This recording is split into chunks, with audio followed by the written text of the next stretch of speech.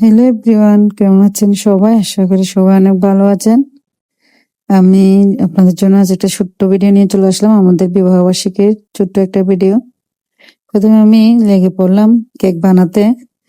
যেহেতু আমি 2টা কেক বানাবো, সেজন্য আমি 2টা কেকের জন্য ওই পরিমাণ জিনিস নিয়ে নিয়েছিলাম। আসলে কেক বানানো শুধু কেক বানানো না, তার পেছনে অনেক শ্রম দিতে হয়। তারপরে আমি ইনফ্রারেড চুলাতে বসিয়ে দিয়েছি।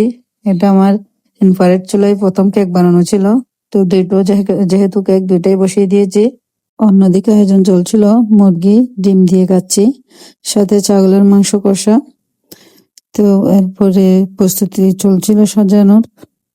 আমার ভাই সুন্দর করে সাজিয়েছিল, যেটা যেভাবে আমি বলতেছিলাম, মানে কি করব। ছোট্ট একটা প্ল্যান ছিল, ছোট্ট একটা সারপ্রাইজ দেওয়া ছিল তাকে। সবসময় সেই দেয়, সবসময় হাজবেন্ড দিবে এমন তো কথা নেই, মাঝে মধ্যে স্ত্রীদেরকেও দিতে হয়, তাহলে ভালোবাসাটা ভাগাভাগি করে নেওয়া যায়। তাকে আমি গিফট দিচ্ছিলাম, যেটা আবার বলতেছিলাম যে পরে দেওয়া হবে। তো এখানে ছোট্ট কিছু আমরা ভিডিও করে নিচ্ছিলাম, যেগুলো ইচ্ছা ছিল যে এই ভিডিওগুলো করবো।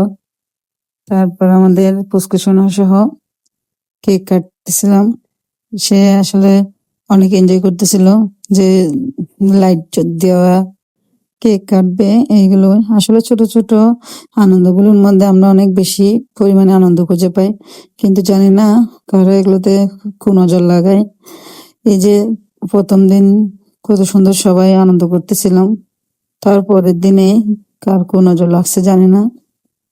পরের দিনে আমার পাটা অ্যাক্সিডেন্টে ভেঙে যায়। তারপরেও আমি অনেক হ্যাপি, সমস্যা নেই, কপালে যখন যেটা থাকে ওটা তো হবেই। এটার জন্য আমি মনকে স্থির করে নিয়েছি। আসলে অন্যের খুশি দেখে হিংসা করে কিছু করা যায় না। আপনি অন্যকে যত হিংসা করবেন ততই নিচে নামবেন, আর যাকে হিংসা করবেন সে তত উপরে উঠবে। তো এখানে কেক কাটা শেষে কাচ্চিও রেডি, তারপর চিংড়ি বোনা ছিল, ছাগলের মাংস কষা ছিল।